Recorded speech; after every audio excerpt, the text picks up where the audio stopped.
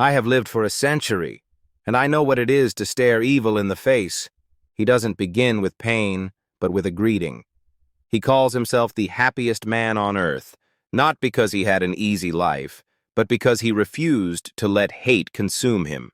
He promises the reader that no matter how dark life gets, there is always hope. So hello, friends. Welcome to the Channel Growth Library, where we distill the world's most powerful ideas into actionable insights. Let's start. Chapter 1. A German first, a Jew second. Eddie describes his childhood in Leipzig, Germany. His family was deeply patriotic. His father taught him that being a good citizen and a skilled worker was the highest honor. Story. Eddie was a gifted student in precision engineering. However, as the Nazis rose to power, he was expelled because he was Jewish. Lesson. Eddie's father sent him away under a fake identity, Walter Schleif, to continue his education. He learned that knowledge is a weapon. His engineering skills would later save his life multiple times in the camps. Takeaway.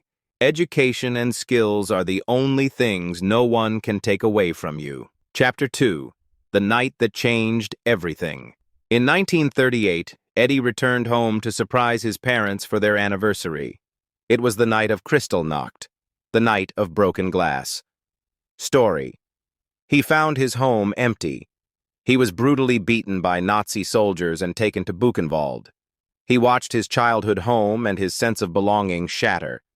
This chapter explores the shock of betrayal. Eddie felt betrayed by the country he loved. Lesson. Humanity can turn into a monster overnight when fueled by hate. Chapter 3. Life in the Shadows. Eddie managed to escape Buchenwald, using his engineering tools to manipulate a train, and fled to Belgium and then France with his family. Story. For years they lived as refugees, hiding in attics and constantly moving. Even in hiding, Eddie's father emphasized dignity. They shared what little food they had. Takeaway. Character is defined by what you do when you have nothing.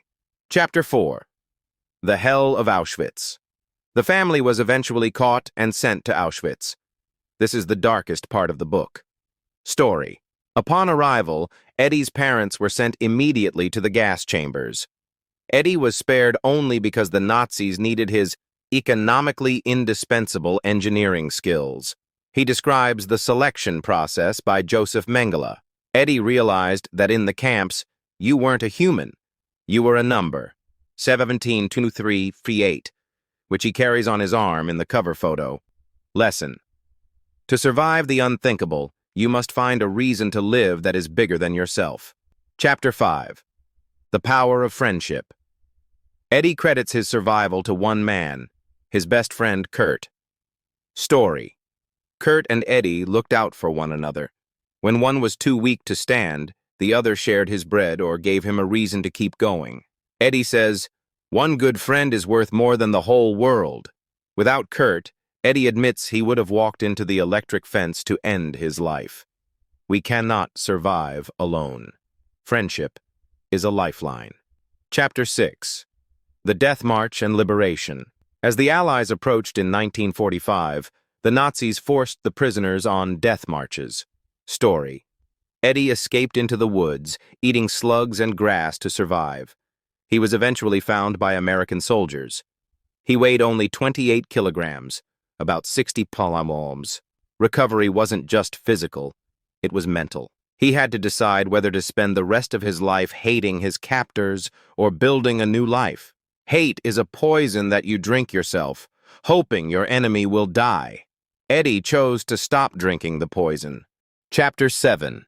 Choosing Happiness in Australia. Eddie moved to Australia with his wife, Flor. Story. He struggled with trauma for years, but the birth of his first son changed everything. He realized he had a duty to be happy, so his children could grow up in a home filled with love, not bitterness. Happiness is not something that happens to you. It is something you practice. Takeaway. Your mood affects everyone around you. Choosing to be happy is an act of love for your family. Chapter 8. The Conclusion. Eddie's Final Message. In the final chapters, Eddie reflects on his 100 years. He believes that tomorrow will come, but first, you must get through today. He emphasizes that a smile costs nothing, but can save a life. The final lesson: there are always miracles, even in the darkest places. You are the master of your own soul.